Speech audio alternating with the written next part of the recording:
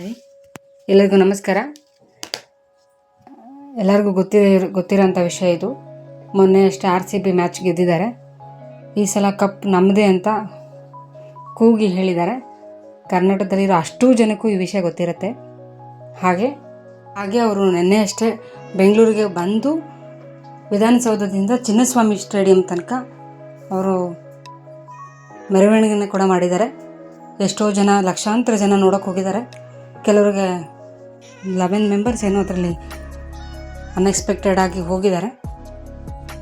ಅದೊಂದು bad news ಆಗಿರುತ್ತೆ. ಹಾಗೆ ಕಪ್ಪು ನಮ್ಮದೇ, ಗ್ರೇಟ್, ಅದು ನಾವು ಹೆಮ್ಮೆ ಪಡುವಂಥ ವಿಷಯ. ಈಗ ಎಷ್ಟು ಜನ RCB ಮ್ಯಾಚ್ ನೋಡಬೇಕು ಅಂತ ಸುಮಾರು ದಿನಗಳಿಂದ ಕಾಯ್ತಾಯಿದ್ರು. 1-2 ದಿನದ ಮುಂಚೆಯಿಂದ ಕಾದೋರಿದ್ದಾರೆ, 1 ವಾರದಿಂದ ಕಾದೋರಿದ್ದಾರೆ. ಪೂಜೆಗಳಂತೆ, ಪುನಸ್ಕಾರಗಳಂತೆ, ದೇವ್ರಿಗೆ ಹರಕೆಗಳಂತೆ, ಟಿ ಶರ್ಟ್ನ ತೊಗೊಂಡೋಗಿ ದೇವ್ರ ಮುಂದೆ ಇಟ್ಟು ಪೂಜೆ ಮಾಡಿಸ್ಕೊಂಡು ಬಂದಿರೋರಿದ್ದಾರೆ, ಹೋಮ ಮಾಡಿಸಿರೋರಿದ್ದಾರೆ. ಅಭಿಮಾನಿಗಳು ಅವರವರ ಪ್ರೀತಿನ ವ್ಯಕ್ತಪಡಿಸಿರೋ ರೀತಿ ತುಂಬಾ ಇದೆ. ತುಂಬ ಡಿಫ್ರೆಂಟಾಗಿ ಕೂಡ ಅವ್ರು ಮಾಡಿದ್ದಾರೆ. ಅದು ಸಂತೋಷನೇ, ಅದರೇನು ಬೇಡ ಅಂತ ಯಾರೂ ಹೇಳೋದಿಲ್ಲ. ಅವ್ರವ್ರ ಪ್ರೀತಿ ವ್ಯಕ್ತಪಡಿಸಿರೋ ರೀತಿ ಬೇರೆ ಬೇರೆ ಆಗಿದೆ.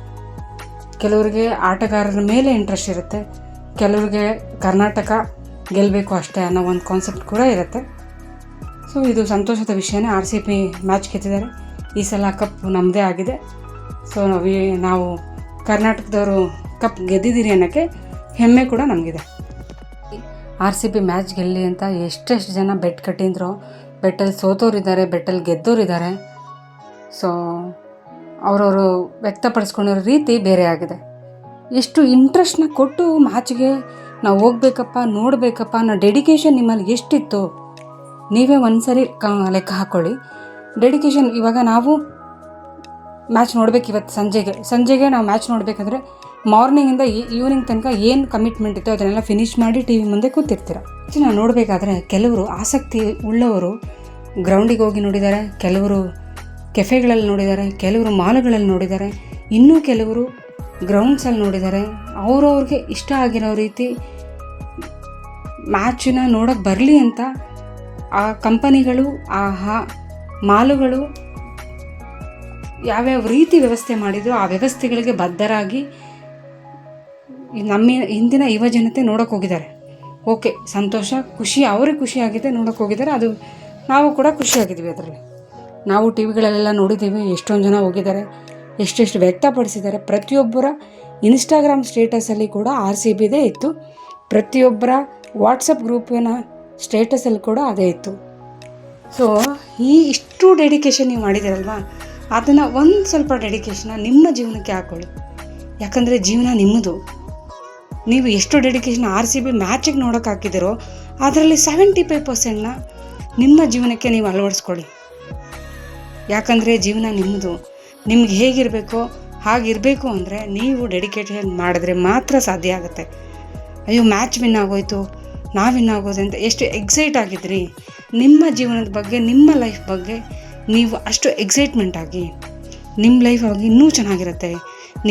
ನಿಮಗೆ ಅಂತ ಒಂದು ಫ್ಯಾಮಿಲಿ ಇದೆ, ನಿಮ್ಮನ್ನು ನಂಬಿರೋರು ಇರ್ತಾರೆ. ಅದನ್ನೆಲ್ಲ ಗಮನ ಇಟ್ಕೊಂಡು ನೀವು ಎಷ್ಟೆಲ್ಲ ಡೆಡಿಕೇಟ್ ಮಾಡಿದ್ರೋ, ಎಷ್ಟೆಲ್ಲ ಇಷ್ಟಪಟ್ಟು ನೋಡಿದ್ರೋ, ಎಷ್ಟೆಲ್ಲ ಆಸಕ್ತಿ ಇಟ್ಕೊಂಡು, ಎಷ್ಟು ಅಮೌಂಟ್ನ ಖರ್ಚು ಮಾಡಿಕೊಂಡು ಆಸಕ್ತಿಯಿಂದ ನೋಡಿ ನೀವು ಮ್ಯಾಚನ್ನ ಗೆಲ್ಲಿಸಿದ್ದೀರಾ. ಓಕೆ, ಆದರೆ ಅದನ್ನು ಅಷ್ಟೇ ಇಂಟ್ರೆಸ್ಟ್ನ ನಿಮ್ಮ ಜೀವನದ ಕಡೆ ಸ್ವಲ್ಪ ಗಮನ ಹರಿಸಿ. ಆಗ ನಿಮ್ಮ ಜೀವನ ಇನ್ನೂ ಚೆನ್ನಾಗಿರುತ್ತೆ.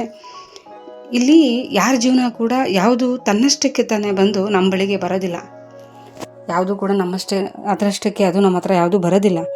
ಇಲ್ಲಿ ಯಾರ ಜೀವನವು ಬಡಿಸಿ ಇಡಿಸಿದ ಊಟದ ಎಲೆ ಖಂಡಿತ ಆಗಿರೋದಿಲ್ಲ. ಆದ್ದರಿಂದ ಇದು ಜೀವನ ನಮ್ಮದು. ಯಾರಿಗೆ ಏನು ಬೇಕೋ ಅದನ್ನು ಅವರೇ ಬಡಿಸ್ಕೋಬೇಕು. ಒಂದು ವೇಳೆ ಹಾಗೆ ಸಾಧಿಸೋಕ್ಕಾಗಲ್ಲ ಅಂದರೆ, ವಿರಕ್ತಿ ಹೊಂದಿದ್ರೆ ಉಳಿಯೋದು ಶೂನ್ಯ ಮಾತ್ರ. ನೆನಪಲ್ಲಿರಲಿ, ಯಾರಾದರೂ ಒಬ್ಬರು ಕನಸನ್ನು ಕಟ್ಟಿದ್ರೆ ಆ ಕನಸಿನ ಬೆನ್ನೆತ್ತಿ ಹೋಗಿ ಆ ಕನಸಿನ ಕೋಟೆಗೆ ಲಗ್ಗೆ ಹಾಕಿ ಖಂಡಿತ ಕನಸಿನ ಬೆನ್ನೇರಿ ಹೋದಾಗ ಕಷ್ಟಗಳೆಷ್ಟೋ ಬಂದರೂ ಕನಸು ಮಾಡ್ಕೊಳ್ಳೋಕ್ಕೆ ನೀವು ಹೋರಾಡಬೇಕು ಅಷ್ಟೇ. ಜೀವನ ನಿಮ್ಮದು, ನಿಮ್ಮಿಷ್ಟದಂತೆ ಇರಿ. ನೀವೆಲ್ಲ RCB ಗೆಲ್ಲಿಸಿದ್ದೀರಾ. RCB ಗೆಲ್ಲಕ್ಕೆ ಎಷ್ಟು ಶ್ರಮ ಆಯಿತು, ಅವರು ಎಷ್ಟು ಶ್ರಮ, ಟೀಮಿಂದ ಎಷ್ಟು ಶ್ರಮ ಹಾಕಿದ್ರು, ನೀವು ಎಷ್ಟು ಎಕ್ಸೈಟ್ಮೆಂಟ್ ಹಾಕಿದ್ರಿ, ಅದನ್ನೆಲ್ಲ ಒಂದು ಸಲ ರೀಕಾಲ್ ಮಾಡ್ತೀವಿ. ಒಂದ್ಸಲಿ ರೀಕಾಲ್ ಮಾಡಿಕೊಂಡು ಅದನ್ನು ನಿಮ್ಮ ಜೀವನಕ್ಕೆ ನೀವೇ ಅಳವಡಿಸ್ಕೊಳ್ಳಿ. ನೀವೇ ಒಂದು ಫಾರ್ಮುಲಾ ಹಾಕಿ, ನೀವೇ ಒಂದು ಸೊಲ್ಯೂಷನ್ ಹಾಕಿ, ನಿಮಗೆ ಇಷ್ಟ ಬಂದಿರೋ ರೀತಿ ನೀವೇ ಹಾಕ್ಕೊಳ್ಳಿ. ನಿಮ್ಮ ಜೀವನ ಸಕ್ಸಸ್ಫುಲ್ ಆಗಿ ಹೋಗುತ್ತೆ. ಇಲ್ಲಿ ಯಾರ ಜೀವನನೂ ಬರೆಸಿ ಇರಿಸಿದ ಬಾಳೆ ಊಟದ ಎಲೆ ಖಂಡಿತ ಆಗಿರೋದಿಲ್ಲ. ನಿಮ್ಗೇನು ಬೇಕೋ ಅದನ್ನು ಕೇಳಿ ಪಡೆಯೋ ಹಕ್ಕು ನಿಮಗಿದೆ. ಇದು ನಮ್ಮ ಪ್ರಪಂಚ. ನಮ್ಮ ಪ್ರಪಂಚಕ್ಕೆ ನಾವೇ ಹೊಣೆಗಾರರು. ನಮಗೇನು ಬೇಕೋ ಅದನ್ನು ಕೇಳಿ ಪಡೆಯುವ ಹಕ್ಕು ನಮಗಿದೆ. ಆದ್ದರಿಂದ ಎಷ್ಟು ಇಂಟ್ರೆಸ್ಟ್ನ ಕೊಟ್ಟು ನೀವು ಮ್ಯಾಚನ್ನು ನೋಡಿ ಗೆದ್ದು ಸಂತೋಷ ಪಟ್ಟಿದ್ದೀರೋ ಅದರಲ್ಲಿ ಒಂದು 75% ಭಾಗ ನಿಮ್ಮ ಜೀವನಕ್ಕೆ ಅಳವಡಿಸಿ ಮಾಡಿಕೊಡಿ. ಖಂಡಿತ ನಿಮ್ಮ ಜೀವನ ತುಂಬ ಚೆನ್ನಾಗಿರುತ್ತೆ. ನೀವು ಅಂದ್ಕೊಂಡಿರುವಂಥ ಕನಸಿನ ಈಡೇರಿಸ್ಕೊಳ್ಳೋ ಭಾಗ್ಯ ನಿಮ್ಮದೇ ಆಗಿರುತ್ತೆ. ದಯವಿಟ್ಟು ಒಳ್ಳೆ ಕಡೆ ನೋಡಿ, ಒಳ್ಳೆಯದಾಗಲಿ. ಒಳ್ಳೆಯ ಆಲೋಚನೆಗಳನ್ನ ಅಷ್ಟೇ ಮಾಡಿ, ಕೆಟ್ಟ ಆಲೋಚನೆಗಳನ್ನ ದೂರ ಮಾಡಿ. ಎಲ್ಲರಿಗೂ ಒಳ್ಳೆಯದಾಗಲಿ. ಈ ಸಲ ಕಪ್ ನಮ್ಮದೇ ಆಗಿತ್ತು. ಹಾಗೆ ನಿಮ್ಮ ಜೀವನದಲ್ಲಿ ಕೂಡ ನಿಮ್ಮ ಕನಸುಗಳೆಲ್ಲ ನನಸಾಗಲಿ.